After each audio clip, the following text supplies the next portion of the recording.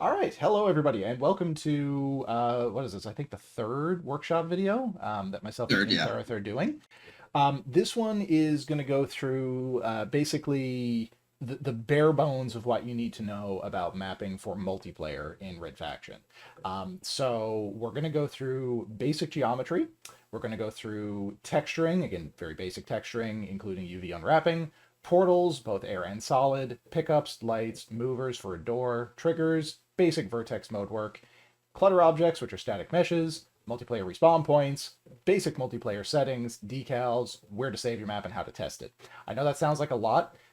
It's not going to be a lot, but we're going to have some fun over the next, I'm going to take a shot in the dark and say hour, maybe more than that. I don't know. We shall see. Intharth has up on his screen here now the map that we're going to be creating today. So this is a very basic, not super functional multiplayer arena, but with some work it could be made into a functional map. And we're going to be going through recreating that during this video. So yeah, before we get started, Intharth, do you have anything you wanted to say?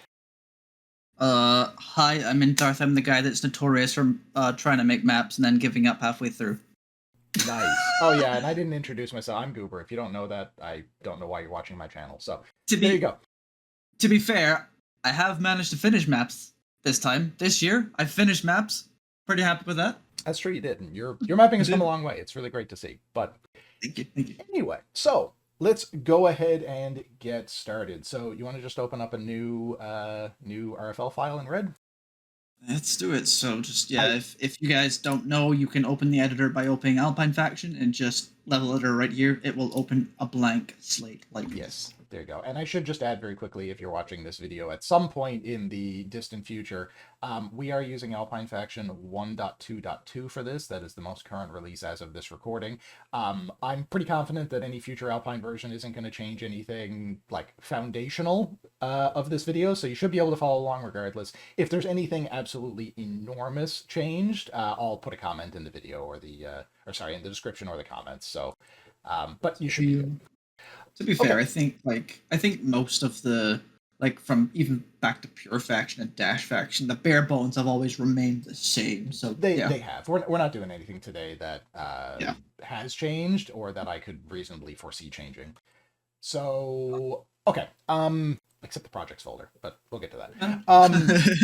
Okay, so first things first, we're going to just start by making the first room in our map. So the dimensions for this one in Tharth are Yeah. height 8. So we're going to resize our cookie cutter brush. Height 8, width and depth both 10. I'm going to get you to put one split on the height.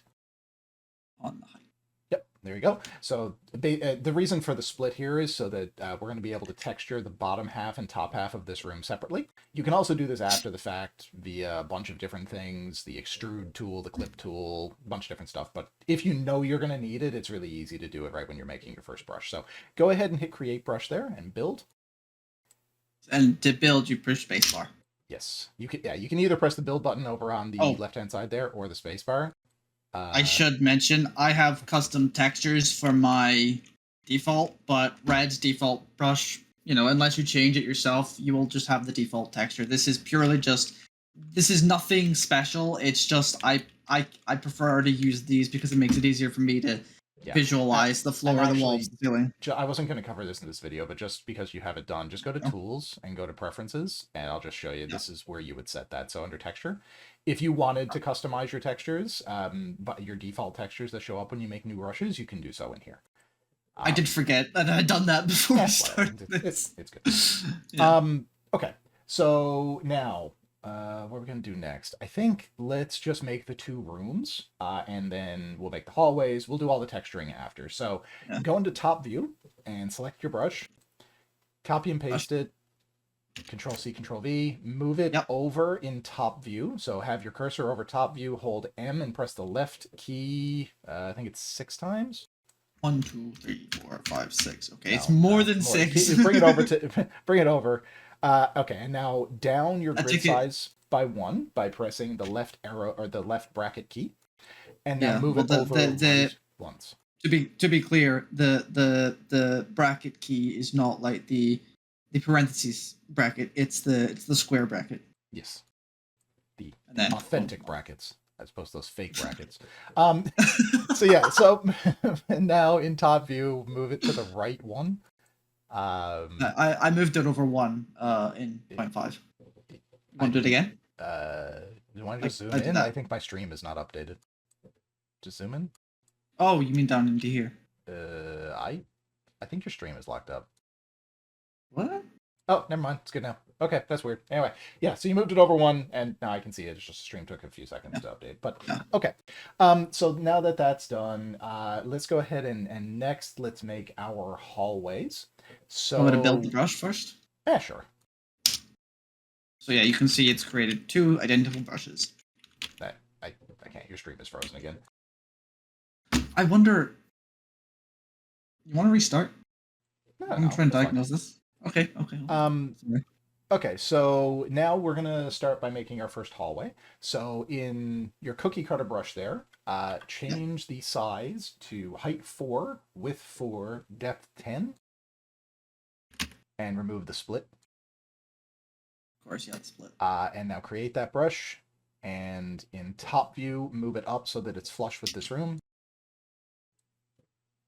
And then move it 0.5 higher in top view. Higher? Yeah, up 1 more in top view. Yep, because we're gonna put it. Oh yeah, my bad. I forgot, yeah. And now move it down so that it's flush with the floor in front view. Okay.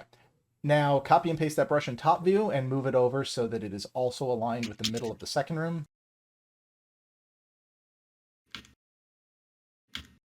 It's about the same point. Yeah. I don't think that's... no, that's not centered. It needs to be moved over 0.5. There you go. Okay, now copy and paste that again.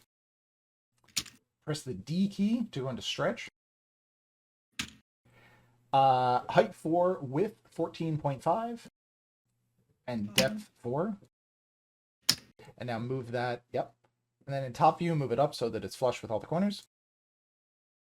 This is going to be the hallway connecting these 2 hallways. Perfect. Now you can build here if you want. Don't have to. If you want to see it, you can. Now we're going to do a bit of vertex work here.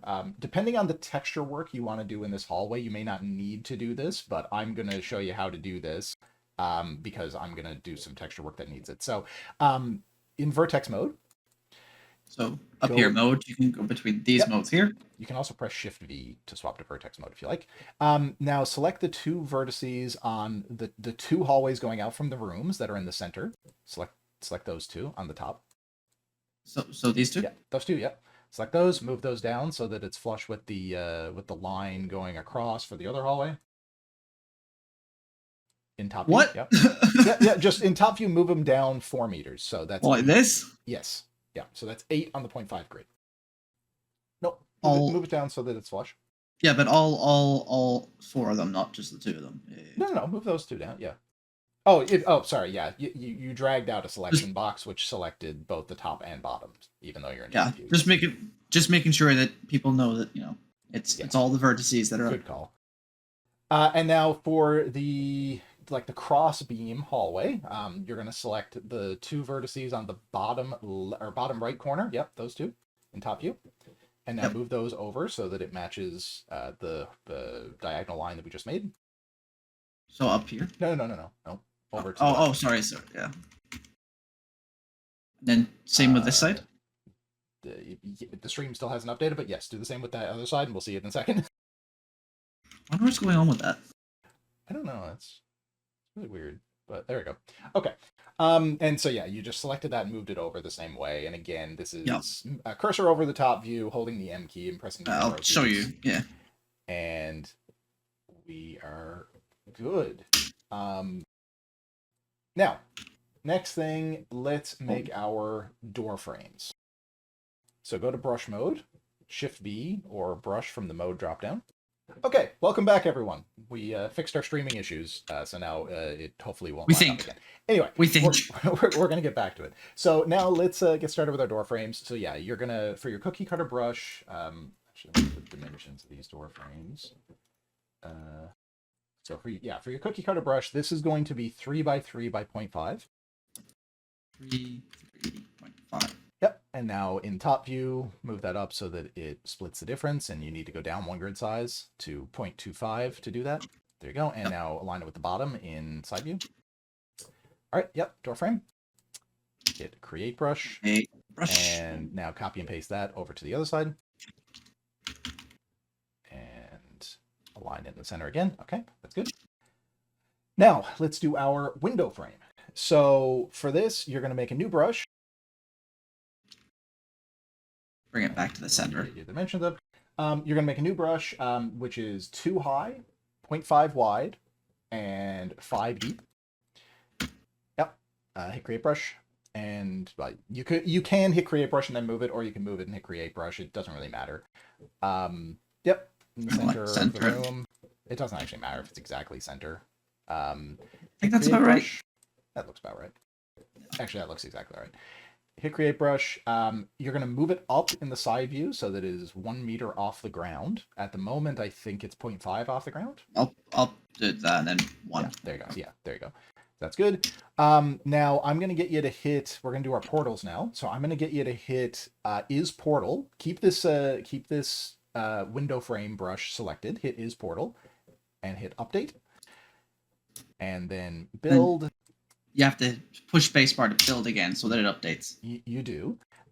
So just very, very quickly about portals. So portals basically break your map up into visibility zones. Normally you wouldn't portal a map that is as bare bones simple as this because, I mean, you're rendering, what, 30 faces? It's not really a big problem, but for performance reasons and for a handful of other things down the road, like liquid bounds and that kind of stuff, you are going to want to use portals. As a general rule of thumb, you should endeavor to portal any windows, door frames, transition zones between rooms or canyons or anything like that. There's 2 ways to do portals. One is a airbrush portal, which is what I just had Intharth do. The other one is a face brush portal, which is what we're going to do for the door frames. You kind of need to get a feel for both of these. Both have a use case. I'm going to say on average, face brush portals are probably more useful, or useful in more circumstances rather, but they both have a place. So now let's make some face brush portals for our door frames. So yep, go to face mode. And change the shape to face. Yeah. So there's a few shapes here, but yeah, like the most common one uses boxes and cylinders, I imagine. I can't remember the last time I used a cylinder personally. It's always boxes and faces, but yes, you can. Oh wow! I usually, because I'm pedantic like that, end up making a cylinder out of a box because I want it to be the line. But that's just me. Anyway, so now the important thing to know for faces is that you specify the size for a face with a radius. That can be a little awkward. Because you're not going to get them grid aligned. For portals, it doesn't really matter because it only matters if portals are on the grid in the direction that they're slicing. It doesn't matter if all of the edges of the portal are grid aligned. So yeah. Now, if you were using face brushes within your map for some reason, you're going to want to go into Vertex mode, grid align the vertices, and do your own sizing that way. But for portals, we don't really care about that. So that portal I think is a 4 meter radius if you want to change the size and the cookie cutter for your face. I think it's 4. Yeah, there you go. Yeah, that looks right. And change type to solid. Hit create brush, then hit is portal. And so yeah, just so nobody panics if they do this before hitting portal, it will create a solid piece of geometry in your map, but the second you hit portal, that it just disappears. Like boom. It will. Now you're going to move that up so that it is, yeah, there you go. So that it's splitting the area between the 2 sides. Well, actually, no, you're going to put it on both edges, not in the middle of the door frame. Oh, really? So I'm putting it here? You're putting it there, and then another one, copy paste, move it up on the other side of the door frame. The reason for that, because a lot of people tend to think that putting one in the center makes sense, and it may if you're not putting a door here. Where we are putting where we're putting a door here you need to make sure that if you are using a door mover, you enclose the room that that door mover Right. is Yeah. in very tightly so that it doesn't leak out into adjacent rooms. That's for visibility because the engine de-renders everything that's on the other side of a closed door. So you could end up with visibility issues in your map where stuff just like seemingly for no reason disappears. This was something that threw a lot of people for a loop years ago before it was fully understood how door rooms worked. But basically, you just need to know that if you're using a door mover, you need to tightly enclose the area of that door mover so that it is its own room based on portals. I can think of one single player map where Volition messed it up now that you mention it to me. Absolutely. It is the Azir section at the end of the game. It is because the door just goes into the And that skybox. is Yeah, exactly why, because Volition messed up yeah. portaling there. Now, see, I've never because you'll notice that a lot of the maps that I've dealt with, even like in single player, like I try to avoid using the doors because like I never understood it. So thank you. That's something I didn't even know. There you go. Yeah, absolutely. And I'll quickly note that there is more information on everything that we're talking about, but especially doors and portals on our wiki, which there is a link to written at the bottom of this video, and there will be in the description. So go to the tutorials and documentation on our wiki, and you can read a lot more about this than there's time to cover in this video. Hey, thanks for calling me out for not reading the wiki on doors. Thanks. No problem. You should read the wiki. So now you're going to select your two face brush portals there and copy paste them and put them over to the other door frame. Something that might also be helpful is like when selecting brushes, like you just need to select a corner of a brush. In face mode, you need to select the whole face, but in brush mode, you just need to select, as long as a corner of the brush is selected, it will believe you've selected the brush. So like if I do a big drag here, it's selecting all of these because I've selected all the corners. But if I just want to get the faces, just grab the corners. Yeah, you have to make sure that your selection box covers at least one vertex in the brush. And be very corner careful for me, vertex for you. Yeah, be very careful when you're doing that you don't have more brushes selected than you intend to. You can lock and hide brushes to avoid that, but we'll get into that later. So yeah, now that you have your two portals selected, copy paste and move your copies over to the other door frame. It doesn't really matter if these are aligned side to side. I mean, personally, I like keeping it neat, but it really doesn't matter. So yeah. And that is it for those. Now, the only additional geometry that we have, or actually, sorry, there's a couple of things. So in your door frame, the one that's going to have the door in it, which is the one right above the player start, that one right there. Back to brush mode? Or back to box mode, I should say? No, doesn't matter. Select the door frame itself, copy paste, and move it up in front view so that it is flush with the top of your door frame. Like so. Now press D to open stretch mode. Change the depth to 0.25. Yep. Hit OK. And now in top view, move it up 0.125 so that it is centered. There you go. The reason that we're doing this is because that is the area that our door brush, once we put it there, is going to move up into.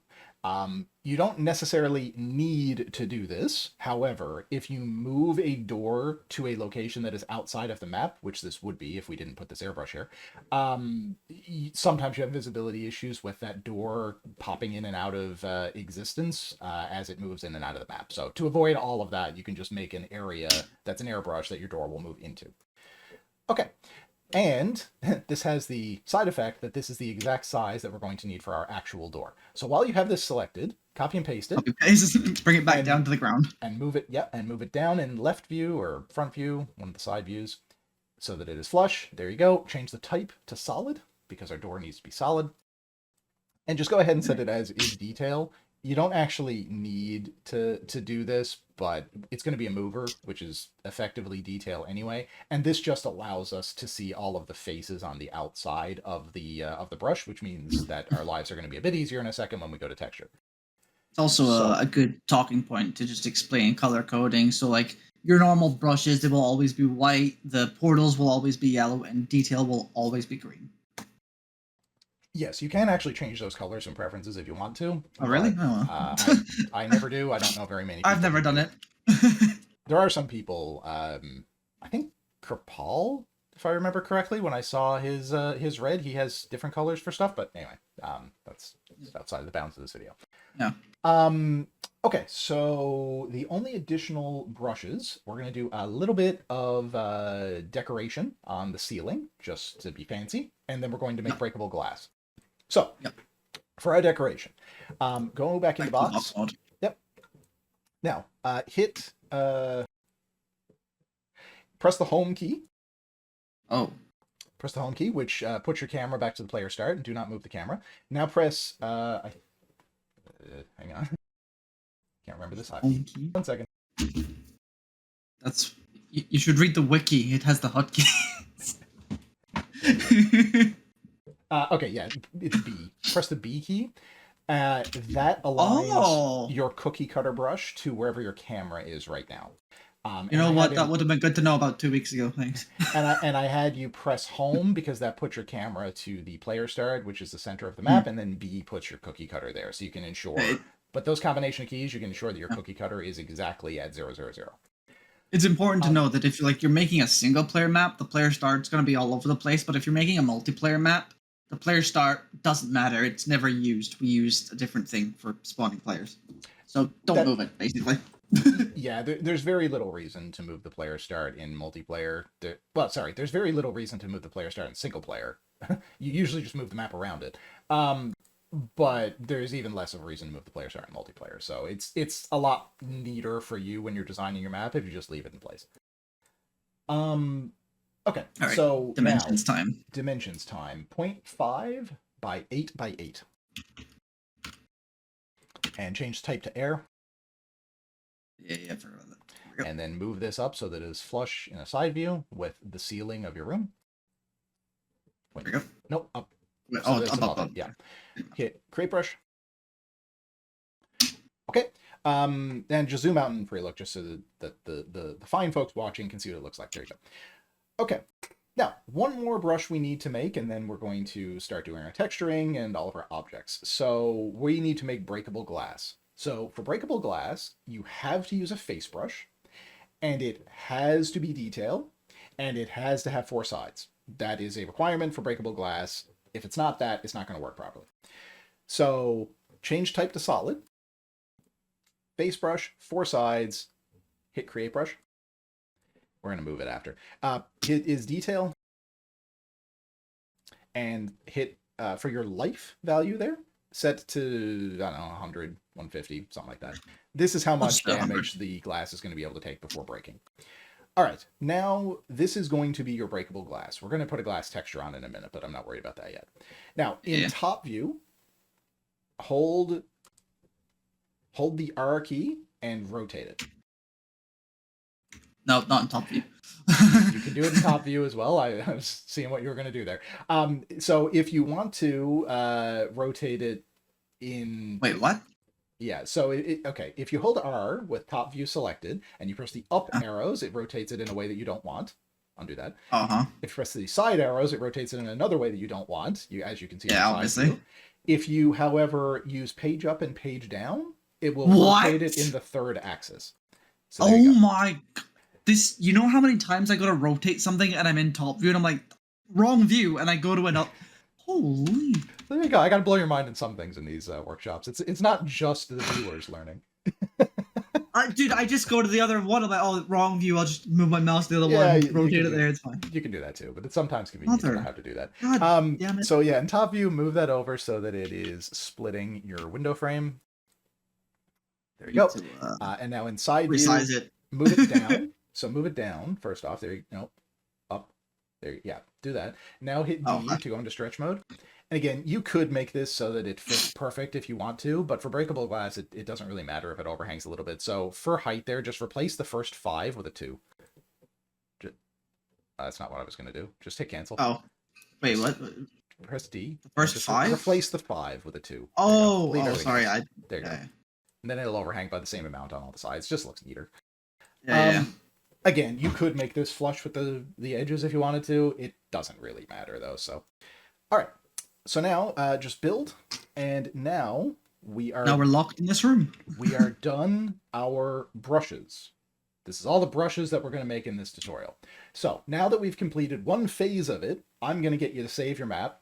It's always good to save your maps frequently in case red crashes or something happens. It's just always good to have backups. And also the autosave backup feature in red only works if you have saved your map at least once. It doesn't work if your map has never been saved at all. So if you do a whole lot of work and then red crashes, you have no autosave to revert to unless you had saved it. So now, in user maps, go to the projects folder. This is something new that Alpine Faction added. It is a best practice to use the projects folder for work in progress maps so that they don't get mixed up with maps that you auto download or anything else that you do. Just to be like specific, like the user maps folder will be in the base directory of wherever Red Faction is installed. So if it's Steam, GOG, or the retail disk, whatever, user maps will be in the root directory, and then user maps is where all these folders are.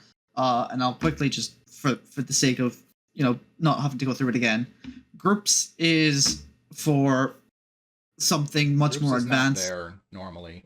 It's not there. I don't know why this. I didn't. What did? Okay, sorry, my bad. I don't remember creating.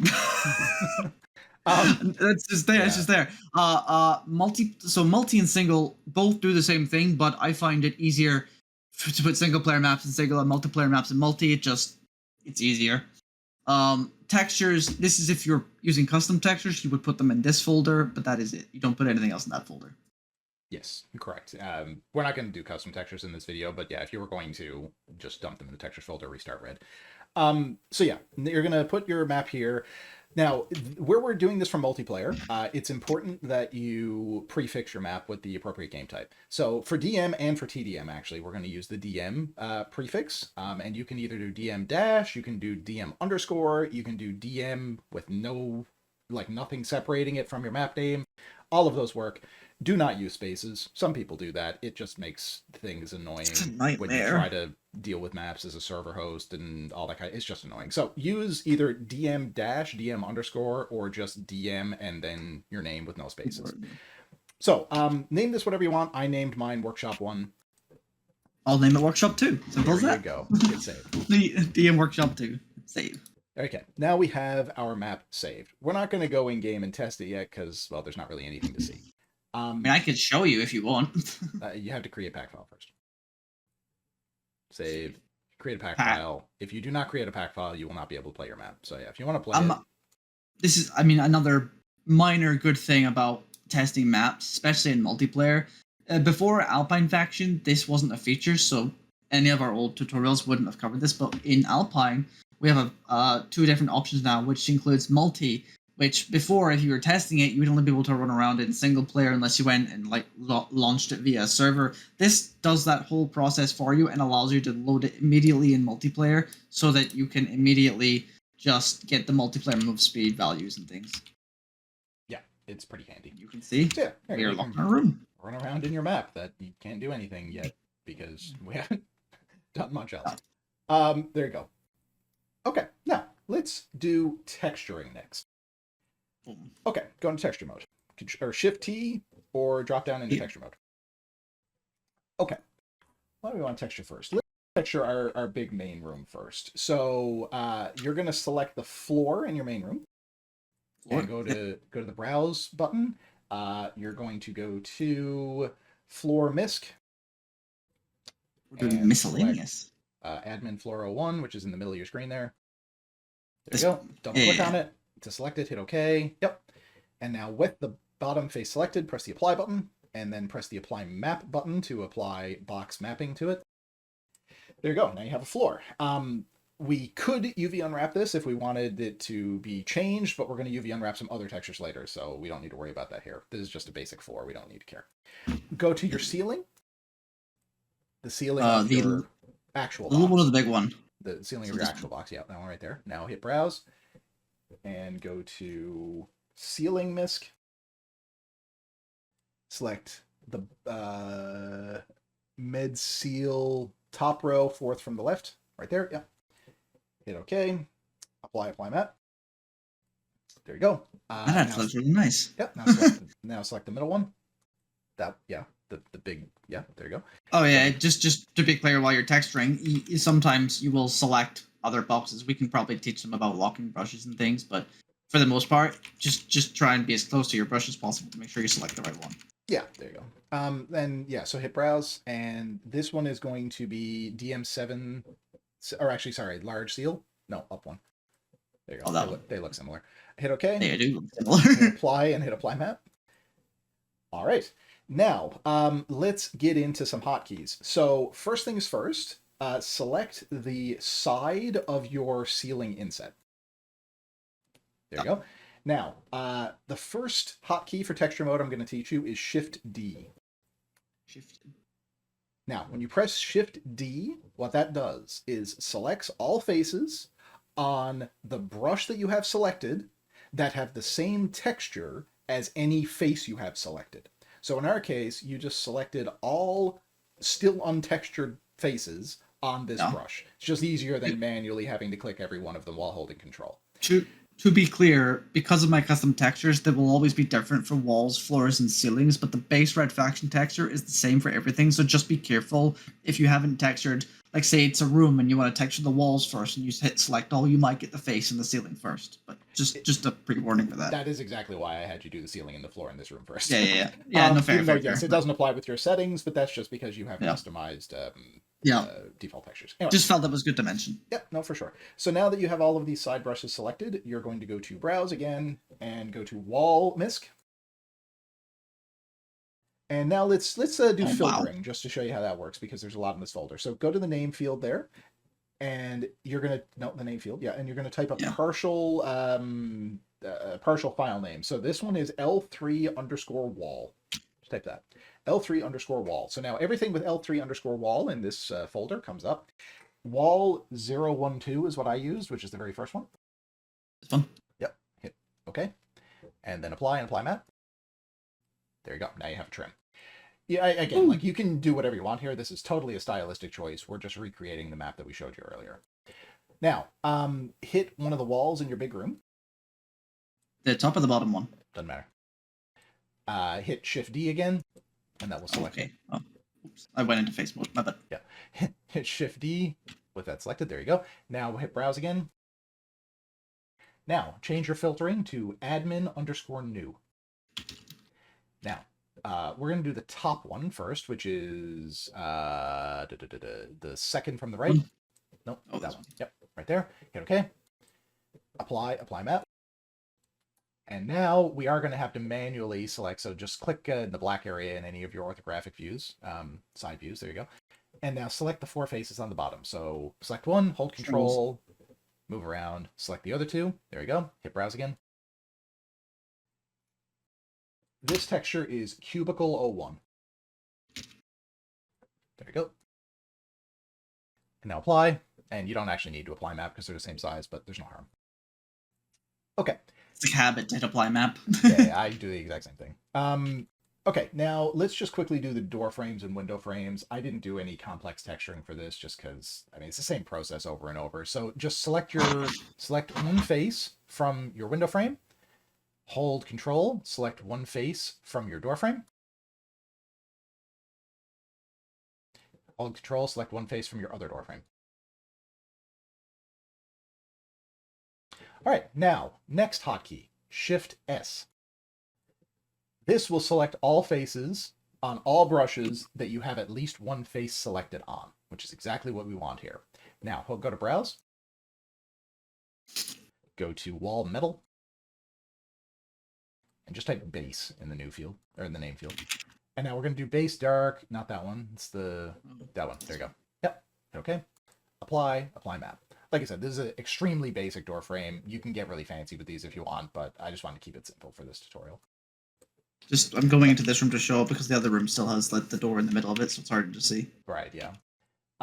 Okay, now let's texture your glass because that it's looking really annoying for that to be orange. So you go.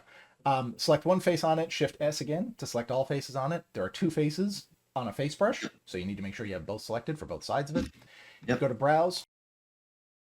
Go to the glass category. I'm blind. There it is. Take out your name filter. It doesn't really matter. I used SS window, but you can use basically, there you go. You can use basically whatever you want. Yep, hit OK, apply map. There you go. And now you may have to build to see the transparency on your window. Sometimes you do, sometimes you don't. But either way, there you go. When you I hit build, build. There you go. you can see the transparency in your window. All right, so now we have our window done. All right, let's continue with our texturing. So go to our other room. Select the floor. Now go to Browse, Floor Metal. Metal. Now this is going to be Walkway, that square one in the middle of the... No, over one. Square. Oh. Yep. You said middle. I'm like, I mean, it's in middle row, but anyway. Apply map. Now, we're going to have our first taste of UV unwrapping here, because if you look, you can see that it is not aligned with the edges of the room. So we're going to fix that. So hit UV unwrap. Now, with UV unwrap, you still have selection boxes, and it works the same way as it does in every other mode. You have to select the vertices. So go select all the vertices. This is going to be extremely simple. Left click drag. Yeah, left click drag. This is going to be an extremely simple UV unwrap for this one. We'll do some more complex ones in a second. Hold M and hit the left arrow twice. There you go. Now you can see that it's aligned. Hit OK. Again, it's very easy to forget this stuff, but just like when we were moving the grid size to move brushes, you can do it in here to get either bigger or smaller movements, and you can also do rotation increments as well. You can, yeah. I didn't do that here because we're going to do that in a second, but yes. Oh, shit, OK, sorry. And then you notice that it hasn't actually applied yet. You need to hit the apply button. After you do that, there you go. Now you can see your changes reflected. So just don't forget about that. That confuses a lot of people the first time they do this. Okay, now go to the ceiling. Now, with the lighting that I'm planning on doing in this room, you're not really going to be able to see the ceiling, but we're going to put a texture on it anyway. So go to Ceiling Metal. And I used Rust Ceiling, the orange one on the second row, third from the left. Yep, right there. Yep, that's what I used. Hit OK. Apply map. And again, we're not really going to be able to see this because the room is going to be very dark, but yeah. Now, select a wall face in this room. Shift D again. And now go to Browse, go to Wall Metal, and type Dirty Tech. All right, now just use the one on the left, because there you go. That's one used. That's what we're going to use for the top. So just hit apply map. And then the same thing we did for the other room. Deselect everything, select the bottom. Yep. Oh, no. There are those two, and then that one, and then the one behind you. There you go. Yep. Browse, and put the other one on it. No, it's the same. Oh, the bottom one. Right there, yep. And then apply. And here you go. Okay, now it's our hallway. And this is where our UV unwrapping is going to get complicated. So first things first, select the wall faces on all of these brushes. Your hallway brushes. Yep, there you go. Shift S to select all of them. S. And now browse, wall, cement. And type LVL13. I used Dirty 03, which I think is the far left or far right there. That one? Yeah, that's right. Dirty 03, yeah. That's one I used. Okay. Apply map. So we're going to be leaving this on our walls, but we're going to be changing our ceilings and floors. So first off, let's do our floors, because we're not going to care so much about the UV unwrapping on that. So just deselect everything, select all 3 floors, and go to Browse, go to Floor Metal. Get rid of your filter. Yep, there you go. Now it's blue, gray, diamond. I think it's the third one from the right in the second row, I think. This one? Yeah, that one right there. Hit OK. Apply. And again, apply map doesn't do anything here, but it doesn't hurt. All right, so that's the easy part. Now let's do the ceiling. This is where it gets fun. So this is going to be the complex unwrapping part of this tutorial. So select all 3 ceiling faces. Go to Browse. Go to Ceiling Metal. Shuttle Ceiling is the third one on the top row. Yep. Okay. Apply map. Okay. Now this doesn't look very good, obviously. With everything still selected, go into UV Unwrap. I will say there are a lot of different like stylistic ways you may want to do texturing. I'm going to show you what I thought looked decent for this area. Feel free to experiment with this, to be honest. Like, this is just entirely personal preference, the aesthetic you're going for with your map. So, what I did, select all your vertices, move it down, I think it's 2, so that it's flush with the edge of the textures. There you go. Hit OK. You mean to be in the middle of that one, yeah? I mean, yeah. There you go. So now you can see that the wall joining the two hallways, or sorry, the hallway joining the two hallways, the ceiling there is fine, but we want to make sure that the corners look less stupid. So go to, actually I lied, this isn't the most complicated UV unwrapping thing, the door is, but anyway, deselect everything, deselect everything, now select that one right there. Yep. Now, there's 2 different ways to do texture alignment. You can do it just in normal red without going into UV unwrap, or if you want to do fine tuning, you can go into UV unwrap. For these, I'm just going to do it the basic way because it's all you need. So hold R and hit the left or right arrow key 6 times. The reason in top view? It doesn't matter which view. The reason I say 2, 3, 6, 4, 5, 6, and then hit build or apply. That also works. Ah. The reason I said 6 times is because if you look at the top bar of red, your rotate is set to 15 degrees, and 6 15-degree increments is 90 degrees. And go to the other one, do the same thing. I kind of want to just, just like 1, 2, 3, 4, 5, 6. Yep. Yeah. You can. It's the exact same thing. I just wanted Just to show showing you both ways. Just showing both methods. Yeah. Cool. I just wanted to show you that you didn't have to use UV unwrap for really basic I did it tasks. wrong. No, you didn't. Yeah, kind of. You did. It's because the size of the wrong way. hallway. It's because the size of the hallway means that you're in the middle of that bar, which doesn't really look the best, but I mean, more fancy texturing can get you around that, but we're not going to worry about that right now. All I really cared is that it was aligned. Okay. Okay. Wait, I gotta go check your one now. Wait. Oh, okay, never mind. It's fine. Okay. Just Now, double checking. For our door, the very first thing I'm going to have you do, and this is not a requirement, it's just a best practice. So select one face on the door and select one face on the airbrush above the door, which is where the door is going to move. Yeah.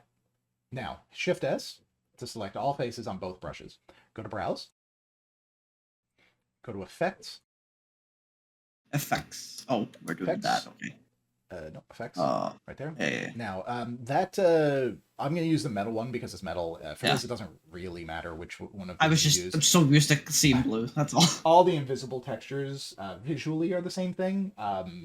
Mostly it's footstep sounds is why you'd want to use different ones. But anyway, we're just going to go with metal as a best practice because our door is metal. There you go. Hit apply, map. Now, right now, if we were to save and play this map, our door would be invisible. Obviously, that's not what we want. These invisible textures, the engine does not render them. That is what we want for the airbrush above the door because the player will never see it. Yeah, sure, if you want to do it. There you go. Our door is invisible, and so is the area above it, which does not look good. All right, so exit the game. There, you can break your glass, yeah. Okay, now the reason why I wanted us to do that here, just hit build.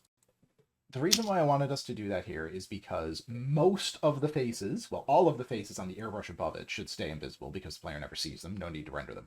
Most of the faces on our door, I want to stay invisible as well because the top and sides the player will never see because they're up against walls. The only faces that we actually need to texture on our door are the front, the back, and the bottom because our door is going to be moving up, so we will see the bottom. So, select... Nope. Don't do that. Oh, you don't select one of them. Select one of them. Select the front. There you go. Now go browse. We're going to put a door texture on this, and then we're going to UV unwrap our door texture. And then I'm going to show you how to copy and paste UVs for the other side. Oh, yeah, my bad, I forgot. Yeah. So go to door, and SS door 2 up at the top right-hand corner is what I used. There you go. Hit OK. Hit apply map. Now, obviously that looks like crap. You don't want to keep That's it like not that. a door. So go to UV unwrap. And here's where we're going to get complicated. So first select everything and move it over so that it is aligned with the... There you go. That's fine for now. Now drag over the right two vertices. I did something that I think people won't know about.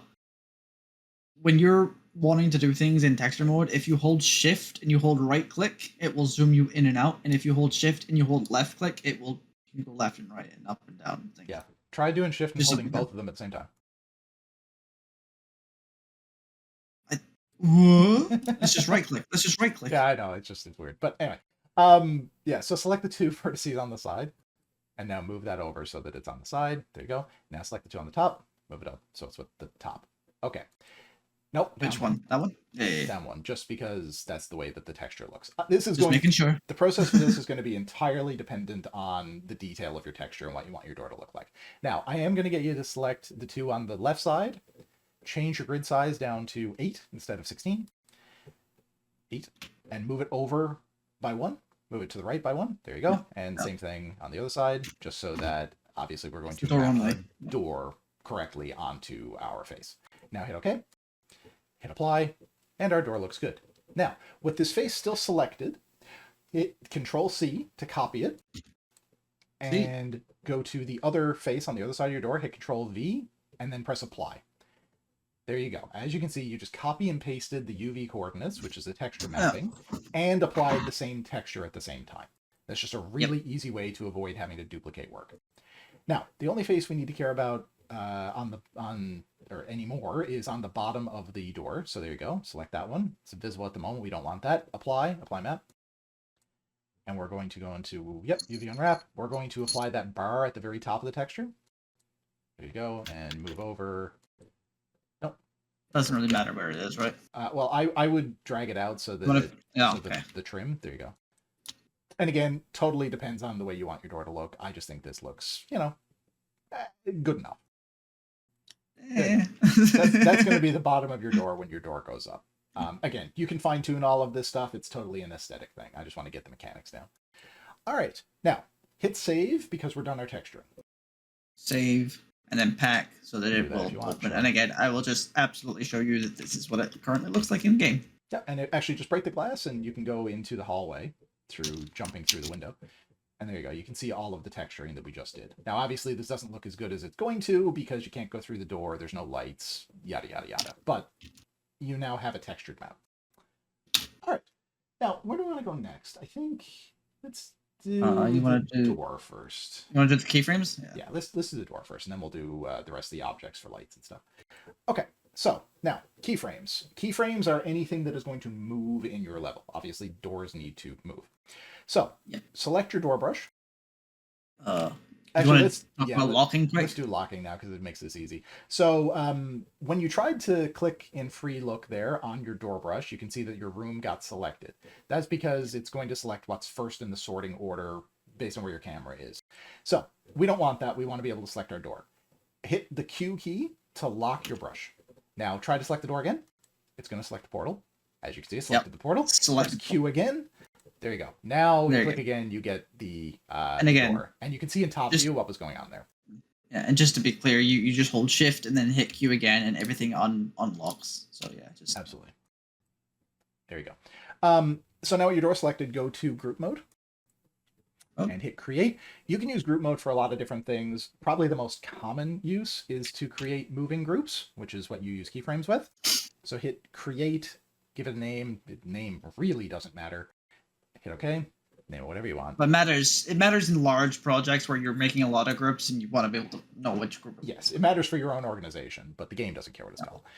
Now, go expand out user-defined groups, because when you make a group, it is by default a user-defined group. Click on door, and now hit the keyframe button. With a user-defined group selected, the keyframe button will turn it into a moving group, and as you can see, it moved it down into moving groups over on the left side panel. It also put a key in the center of your brush. This, if you just deselect everything there, you can see that this is a gold key. The gold key is the origin of your mover. When we create subsequent movers, they are going to be silver keys, and those are nodes along the movement cycle. Now, next, go to moving groups over on the left-hand panel there, expand that out, hit door. Now, we're going to need a second keyframe here, so just press the keyframe button again. It makes another keyframe. Be very careful because at the moment, both keyframes have the exact same location. That is not what you want.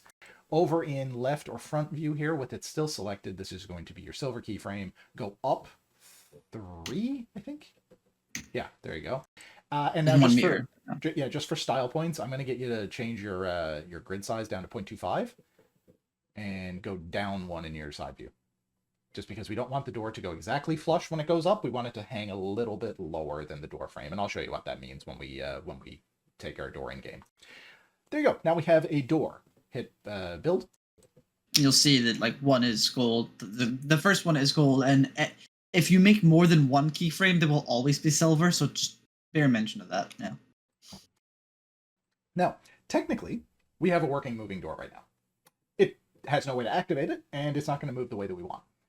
But technically, it is a working moving door. Go into object mode. Keyframes are objects. So, go into object Shift mode. O. Yep. And Each one is each one is as it is its prefix capital letter. So Shift B for brush, Shift face, Shift F for face, etc., etc. Exactly. Yeah. So go to object mode. Select your gold keyframe. Now go to properties, which you can do with either Control P or right click and go to properties. Now, we're going to change some settings in here. Some of this you're going to need, some of this is personal preference. First thing, tick is door. This is the tick box that, like I said, you need to be careful of and make sure that you properly portal your door frame. Otherwise, you're going to have visibility issues. We've already done that, so we're going to select is door. It's safe, and it's beneficial here.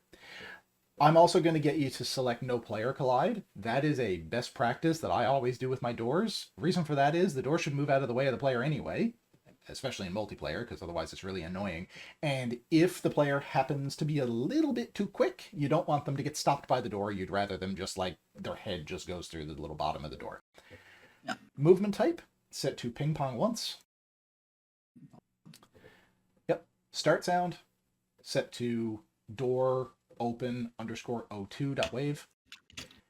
If you want to look for more sounds for this, you can always look in the I don't have sound on because no one's gonna be able to hear that. I can confirm I typed it correctly and it works. yeah. If you hit the preview button, you'll hear it, and that'll confirm that it works. If you want more sounds, you can open audio.vpp in your games folder. You can also use custom sounds if you like, but anyway. Go to stop sound and door end _ o2.wave.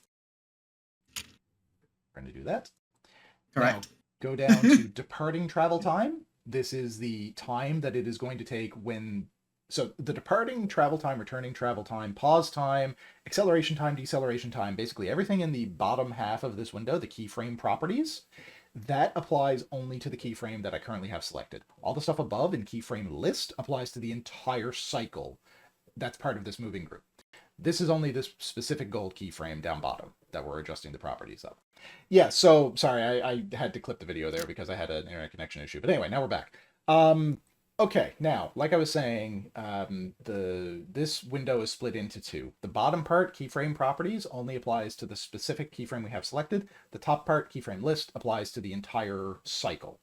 So, the departing travel time is going to be the time in seconds that this brush is going to take to go from the gold keyframe to the to the next node in the cycle, which in this case is going to be the first silver keyframe. So we're going to change that to 0.25 seconds, which is a bit faster because 1 second is a long time to go up 3 meters. And that's everything that we need to change in here. So just hit OK. Now, we're going to go to our silver keyframe. And we're going to do the same thing. Go to properties. You can see all the top stuff is already set because that's on the entire cycle. The bottom, there you go. We're going to change pause time to 1 second. That is going to be the minimum time that the door is going to spend at the top keyframe, the silver one. And departing travel time, again, set it to 0.25. Just for sake of reference, returning travel time isn't really going to be relevant here because the keyframe is never moving in reverse.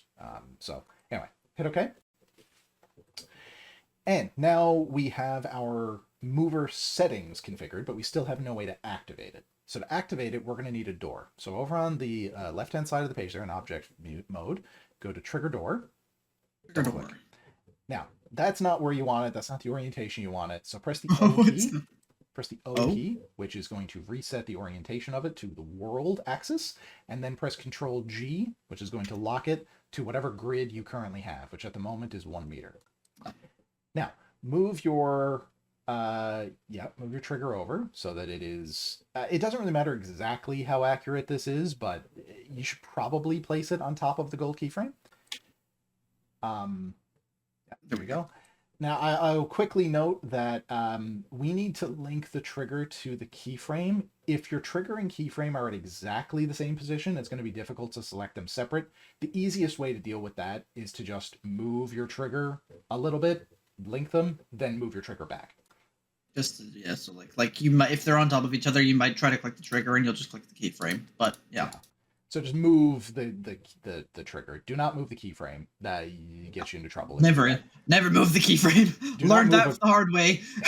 Do not move a gold keyframe unless you're moving the entire moving group with it. And even then, it's usually best to avoid it. But anyway, so now you're going to select the trigger. You're going to select the keyframe, or hold Control, select the keyframe, and then press the K key to link them. Okay. When you do that, yeah, you already did it. So it just didn't show. The arrow didn't show up. That's what was confusing me. Yeah, there you go. There is an arrow there, a little blue arrow that's pointing from the trigger to the keyframe. That arrow will be visible whenever one of these objects is selected. Okay, now go into the trigger because we need to customize one of those properties. Properties. Change the trigger resets after to something. No, resets after to something low. I usually use like 0.01 for this, or like 0.05 or something. It doesn't really matter as long as it's less than the pause plus travel time on your keyframe. Hit OK. Or actually, sorry, go back into properties. I forgot one thing. For a door, you want to always tick the is client side option down there under multiplayer settings. That basically means that the door is going to activate on the client at the point that the client enters it, so you don't need to wait for server replication. You're never going to be able to notice that testing your map yourself, but if this is played on a server and people have higher pings, you want it to activate when they enter it rather than when the server says that they enter it, because then you don't end up running into doors because you're waiting for your ping and the request to go back and forth from the server. So it's just an easy way to make sure people don't run into doors when they have a high ping. Yeah. And hit save and hit pack. I am gonna get you to just go in game so we can see our door moving. Just print. Oh, sorry. Just get out of the game for a second. Make sure you build after you make your moving group, because if not, your door is not going to move properly. So just build, save, pack, and then multiplayer start. Yep. There you go. Now, if you walk into your door, yay! Oh, I messed up, actually. The returning travel time is what's used for the second keyframe because it is based on ping pong. It is moving backwards when it reaches there. So, sorry, that's my bad. Just go into properties. Yeah, there you go. The departing travel time is not used for the second keyframe in this case, specifically because you're ping ponging. And when you ping pong, that means it goes to the end, then it reverses and goes back. So that's why returning travel time is used, because it's going backward. That's my bad, sorry. All good. Fix it. Okay, that is our door. Now, I think it's really just objects left. So let's start with our little. If you just go back to my map for a second. Let's show you what's going on here. Yeah, let's start with our little living room couch setup there. Yeah, let's start with that because that's pretty basic. Look kind of dorky, but whatever. It's pretty basic. All right. So in object mode, you're going to expand out clutter. First, we're going to go to furniture, and you're going to make sofa 2. So double click on sofa 2. That will create it where your camera is. Obviously, we also don't want it here. So same thing as the trigger. Press O, press Control G. O to fix the orientation. Control G to snap it to your grid. Move it over, well, actually rotate it first so that it's the right orientation. Hold on, I want to do this. I want to do this with the page down button. Yep. There you go. Being clever here. There you go. Now move it over so it's flush with your wall. Or, well, not flush. That's good. Oh, there. It's up to you exactly where you orient it, but yeah, this is what I did. Yeah. Just about that right. But that's fine. It's not exact, but it doesn't really matter if it's exact. And if you want to fine tune this, you can even go down to a really small grid size and just move it up a little bit so that it's not through the floor. But again, it's totally personal preference. It doesn't matter. sure. Okay, next. Still under furniture, we're going to make coffee table 1 alt. Same thing, O, Control G. Now move that down so that it's in front of your couch. Rotate it. And move it up a little bit in the side view so that it's not totally through the floor. I will mention it is important that the origin of a clutter object is inside the level. The origin is the center of that red bounding sphere. So as long as the center is within the map, it doesn't really matter if the mesh itself juts out of the map a little bit, as long as the center of it is in the map. Okay, next, I'm going to show you another hotkey. Yay. So select Hotkeys. yeah, go back to your map. There you go. Select your coffee table, press Control T. Control key. What that does is teleport your camera to the object you have selected and the orientation of the object that you have selected. So next, compress furniture in the clutter view on the left-hand side. What'd you say? Sorry, that just went in one ear out the other. Compress furniture. There you go. Yeah. Now just went in and out. Sorry. You're going to make a decal. The reason why I had you do Control T there is so that our decal is going to be placed in roughly the correct spot. So double click on decal. All right. Now, we are going to need, now you can move your camera so you can see your decal better. We are going to need to rotate our decal so that it is actually projecting on the floor. When you make a decal, you see one of the faces on the bounding box for the decal is white. That is the direction that the decal is going to be projected. So at the moment, it's projecting out into space, which is not where we want. So we want to rotate that so that the white face is facing the floor. Because we're going to use this decal to make a rug that is going to sit underneath our coffee table. Nope, other way. Oh, yeah, sorry. White face needs to face the floor. There you go. Go to the properties of the decal. Browse. Yep. Smile. Yeah, smile. This is going to be under trim. Really? It's under trim? It's under trim, and just filter, do rug. Oh, wow. There you go. Why is that under trim? No clue. Blame volition. Box size, width 2, depth 0.5, height 4. There you go. It's fine. And now you're going to go to top view, and you're going to rotate it so that it's lengthwise under your coffee table. Oh, but do it that way. Yep. And now move it down a little bit just so that it's like the white face is kind of going underneath the floor a little bit. The decal itself, like the icon that says decal, that needs to be inside the level, but the face should project through the level. Okay. Now, you can see it just below. Yeah. We have our decal set up correctly, but you notice we're not seeing it on the floor. We would in game, so that's not an issue. But if you want to see it, okay, well, yeah, I show it in game. There you go. So we now have that rug underneath our coffee table. If you want to see it in the editor because you want to see what your decal looks like, you can go to the View menu and go to Render Everything. Oh. That will show decals. It also makes some other changes, so I'm going to get you to turn it off in a second because I don't want to explain all of those. But that one of the things that it does is you can see decals. So the default is render using portals like in game. Yeah, go back to that. Okay. So now we have our decal. We have our little coffee table set up. Perfect. Next, we're going to do lights. So, there's a couple of different ways to do lights. I'm going to show you a few of those in this. So I don't know what kind of facility this is, where there's like an admin posh area with a cement tunnel going to a metal factory type thing with a window separating them. But anyway, we're going to go with it. So hit the home key. Hey, you made the room, man. That's true. Hit the home key to reset your camera. Yep. I did, didn't I? Oh, yeah, I did. Yep. I did.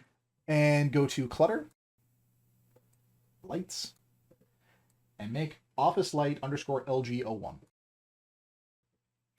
right, now you can see if you zoom in the side view or the top view, you can see that there is a light object as well as your clutter object. Some clutter objects, like most lights, will create a actual light at the time that you create them. It won't select it, however. You do Yeah. want to you don't want to select it because we're going to be doing something different with that light, but just be aware that when you made this light clutter object, which is a static mesh, it also created a light object, which is what's going to actually illuminate your room. The mesh itself is just a mesh. It's just going to render as a mesh. It looks like a light, but it's not actually illuminating anything. So now move your clutter light up to the top of your inset on the ceiling. There you go. And just go down to the lowest grid size and just move it down one, just so that it's not out of the map as far. There you go. Just, it looks nicer that way. Now, select your light in the center of the room. And we're going to adjust the properties for this. So change the type to omnidirectional. You could change the color if you want. I like the default color for this room, so that's fine. Range 10. Intensity 1.5. Whoa. And everything else is fine. Hit OK. Now, I'm going to get you to calculate your lighting here. So you calculate lighting just up at the top bar there, the button that says lighting. Yep. There you go. As you can see, this room is now illuminated. Nothing else in the map is, but this room is now illuminated. So we're going to take care of the rest of the map now. But this room is now fine.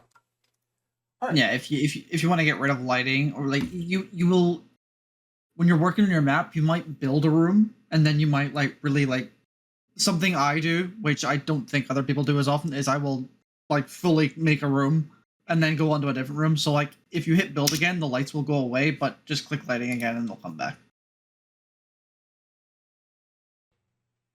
Yes. Okay, so now we're going to illuminate our metal room next.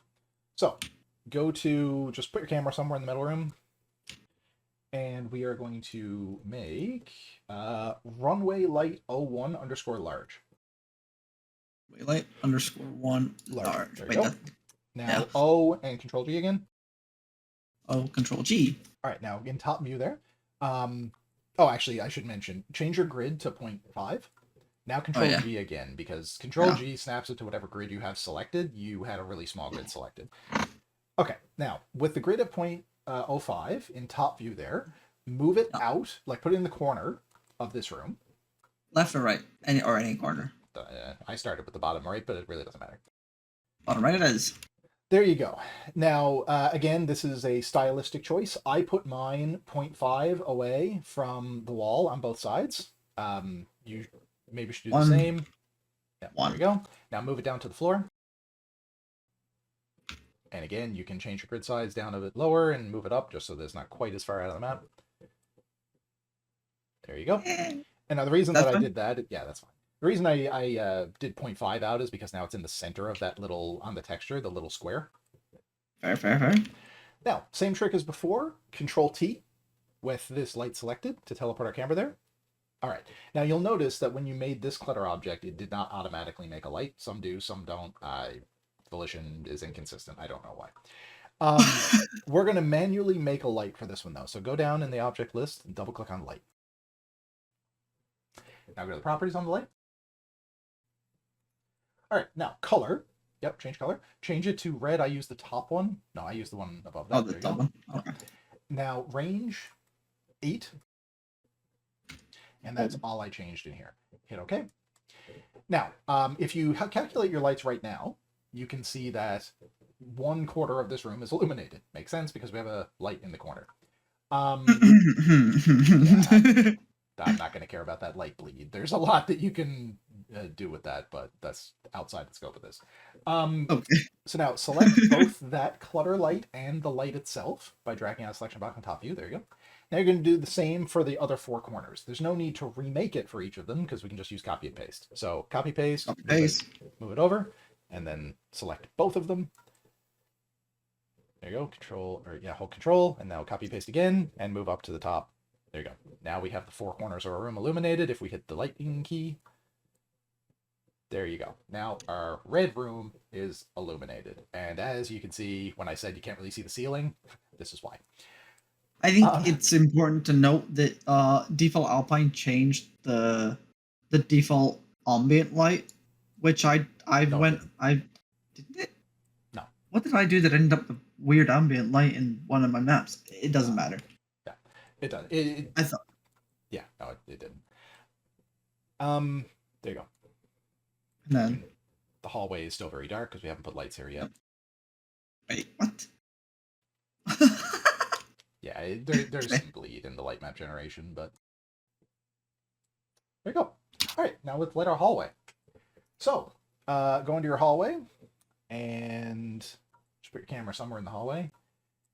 I'm just trying to like move all the things into that area. All right, now you're gonna make mine light 6, which you'll notice did automatically make a light. Thanks, Felician, for the consistency.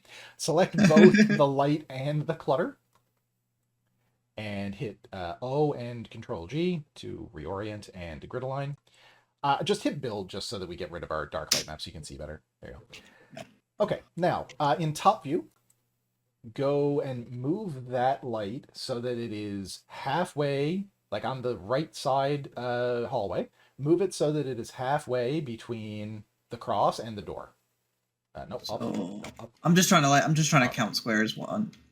So like if I'm counting like so 1, 2, 3, 4, 5, 6, 7. So it would be here. Yeah. And it doesn't really matter if it's exact. Again, this is a stylistic choice. Yeah. You can always adjust it later. And now in left view, move it up so that this light is aligned with the ceiling. And move it down a little bit. Yep, that's fine. Maybe one more. Now, There now we go. select the light object itself, not the clutter, the light object itself.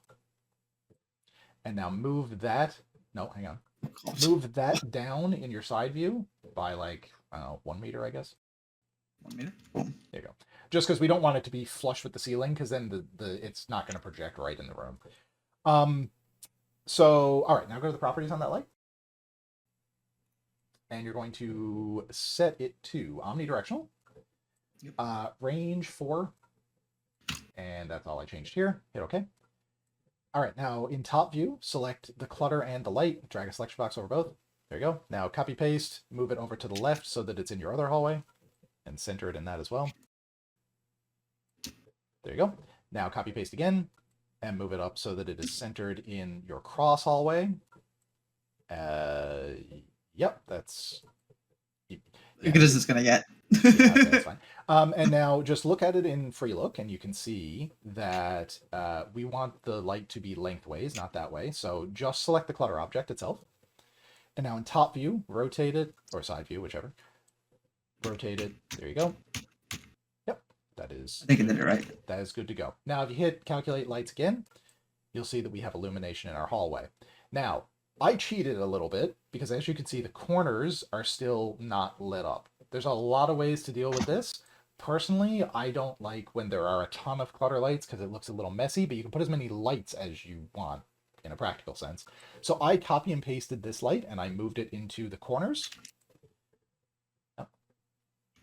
There you go. And the other one. Sitting on the line, yeah? Sitting on the line. And move that over. Yep, there you go. And if calculate lights again, I think this looks a lot nicer. Even though, yes, there is a light and there's not like a visual source of that light, I don't think you can tell that easily, and I think it looks a lot nicer. But it really depends on what you're trying to do with your map. Like, if you don't really care about the logic of how it would look in the real world and you just want it to be lit, you wouldn't have the lights anyways. You would just be using the lights. So it just depends on like the aesthetic you want to go for. Sometimes if you're trying to build something that would be semblance of a realistic room, you might want to have a light. But light in Red Faction, I don't know how other engines calculate lights, but light in Red Faction can be a little finicky. So it's always better to use a couple of light objects to fill the space, even if you have a light clutter model above a certain area. Yeah, exactly. My only point is just that the light objects that actually illuminate your space do not necessarily need to correlate with the light fixtures. They're entirely separate. It's just a visual thing. Yep. Okay, so now, just save, pack, and play your map again. I'm just going to look at this because the lighting is now done in the map.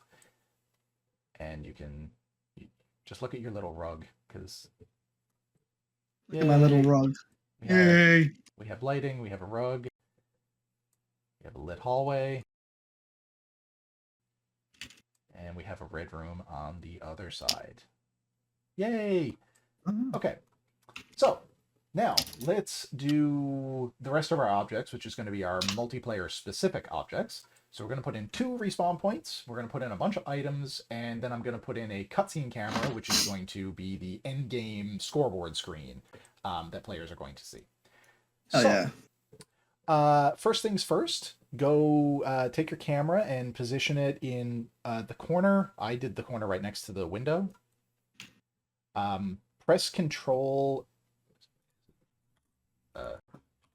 No, Shift C. Shift I hit C. Shift C. I didn't do anything. Oh, no, it's not doing anything for me. Oh, I have to be in.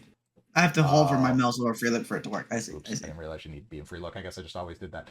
Anyway, so now we're going to make a. No, it didn't work. Your camera's not aligned. What? Press Shift C. There you go. Now it's aligned. Shift C levels your free look camera, so that it's not like rotated in weird directions. It's usually a good idea to do that before you place multiplayer spawn points. So double click on multiplayer respawn point, and if you move your camera out, you can see it makes a little spawn point there that is in the corner. So this is going to be one of the locations our player can spawn. Now, for the next location our player can spawn, I'm going to go out to the hallway and go to the corner of the hallway, look at the red room. There you go. Yep. Put another spawn point there. Just double click on multiplayer spawn point. There you go. Now we have 2 respawn points that our player can spawn at. Now, items time. So, press home. Press home. To center your camera again. Now, expand out item. And make a suit repair. And now go move that suit repair down. It's usually best practice to keep your items 1 meter off the ground. So that's good. Now, you can go and make more items by double-clicking them if you want to. I usually find it easier to copy and paste them and change the specific item, and I do that because I don't need to worry about positioning my camera every time. So I'm going to show you how to do that. In top view there, with your suit repair selected, copy-paste, and it makes a duplicate in the exact same position. Now move it up so that it's in the hallway.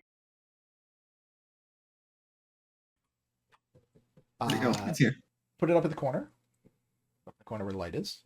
Down one there, so it's actually in the corner. Now hit Control P or right-click Properties.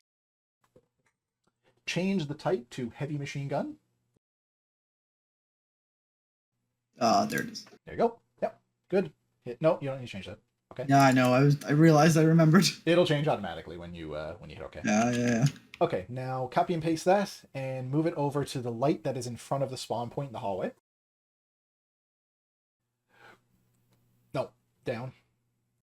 Oh yeah. Down. So the other this one. It's Sorry. Usually a good practice to not put pickups directly on spawn points. No, that's why I was like pausing. I was like, what? Yeah. I didn't know you had this light. Sorry. Go to Properties there. And change this to Medical Kit. And that's a health pack. Now copy and paste that, move down in top view to the center of your red room. Yep. Hit Control P again, go to Properties. Change this to Multi-Damage Amplifier. This is our damage amp. Those are our items.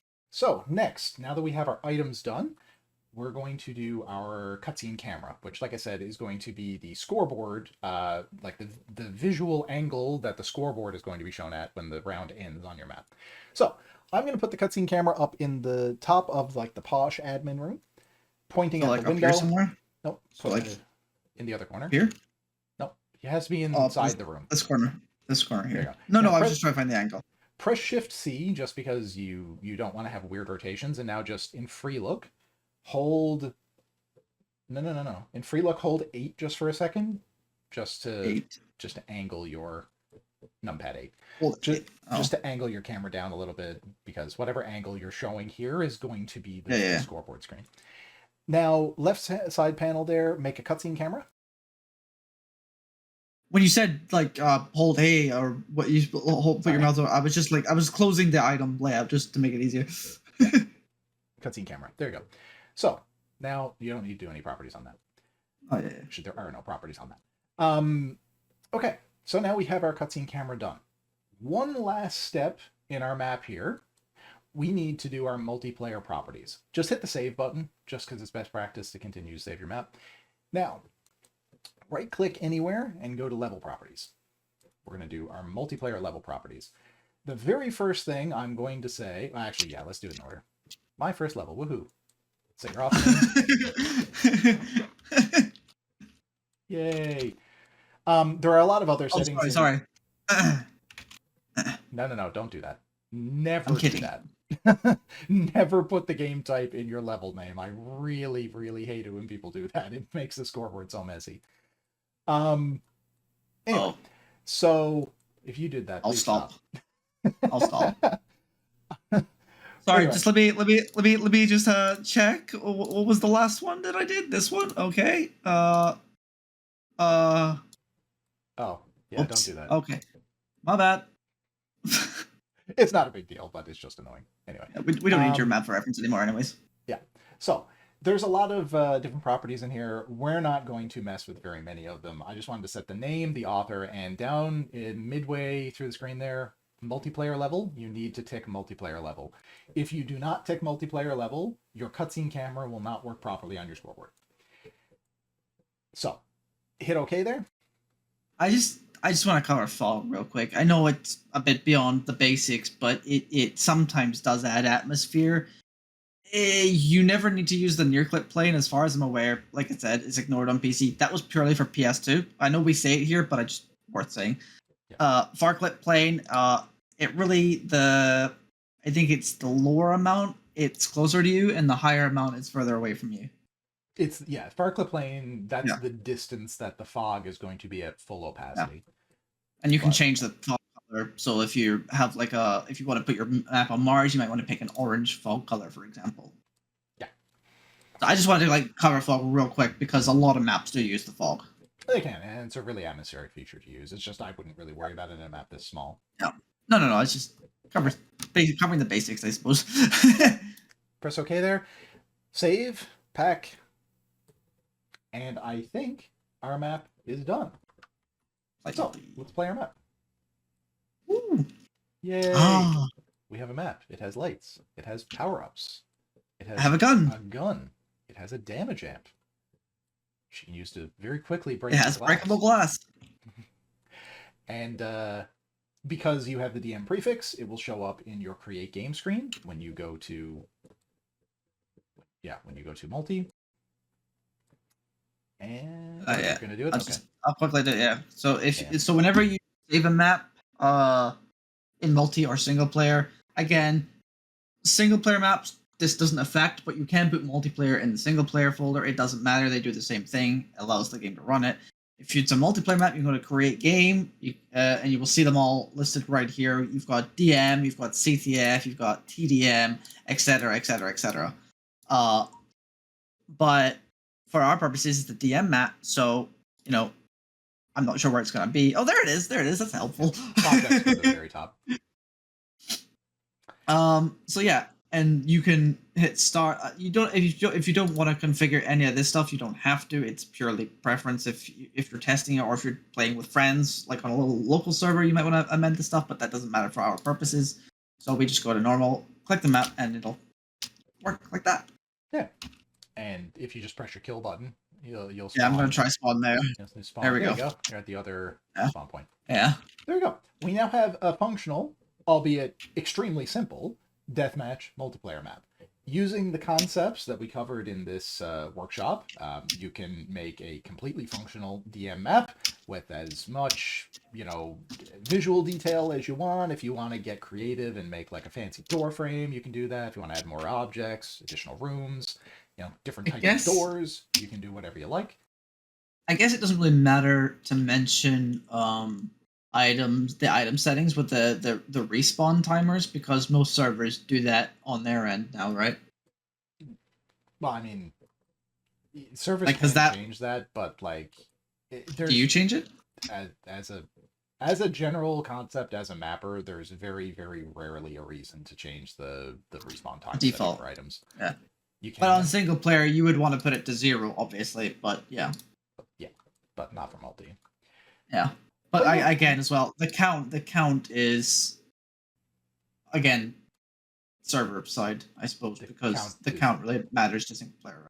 The count is typically ignored in multiplayer. Yeah. That's what I mean. Yeah. But yeah, so that's really it. Making a basic DM map. Thank you, Intharth, for hearing my ramblings for an hour and a half. Wait. How do I change the map? Just real quick? Change in your console. Just do map like DMO2 or something. No, map DMO2. Oh yeah. There you go. And there's our cutscene camera. Yay. Yeah. Just wanted to make sure they saw the cutscene camera, just so that you know. I forgot about that. Yeah. So yeah, this is making your very own first DM multiplayer map, covering all the basics. Like I said, feel free to experiment, feel free to get creative. We look forward to seeing all the things you create. I will have follow-up videos going over the specifics for how you would do objectives and stuff for different multiplayer game modes. And I mean, there's a lot of other stuff. If you have any questions, definitely feel free to check out the wiki, which is linked in the description and also written at the bottom of this video. Also, I'm going to shout out our Discord, which is the active Red Faction community. I said this to someone the other day, and it's completely true. If you have a question with regard to Red Faction, level design for Red Faction, mod creation for Red Faction, speedrunning for Red Faction, competitive play for Red Faction, literally anything to do with Red Faction, and there is a single person on the face of the planet that knows the answer to that, they're in our Discord server. So join the Discord server. Go to the workshop channel. If you have any questions on level design, the editor, anything, feel free to ask. We'll have somebody who has the answer for you. And that Discord server is also linked at the bottom of this video and in the video description, but it's the Faction Files Discord server. That's all I had. Intharth, did you have anything to add before we wrap it up? I was just running around DM1 just to show the concepts are there of everything we talked about, just showing how you can make a complex map out of the exact same sort of stuff that we just did.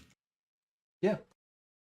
Maybe Checkmate was a bad choice for this as well, but you can see a lot of the concepts in like a ceiling room up there, sort of stuff. Lights that are not exactly where lights are, but lights existing in the world. But yeah. But yeah, if there's ever another need for me to show up in one of these tutorials where we go through something, I'm perfectly happy to do that again. But other than that, I am Intharth. I'm the guy that notoriously never finishes maps, but has started finishing maps. So yeah. Sweet. All right. Thanks, Intharth, for joining me. Thank you for watching, and we'll see you next time.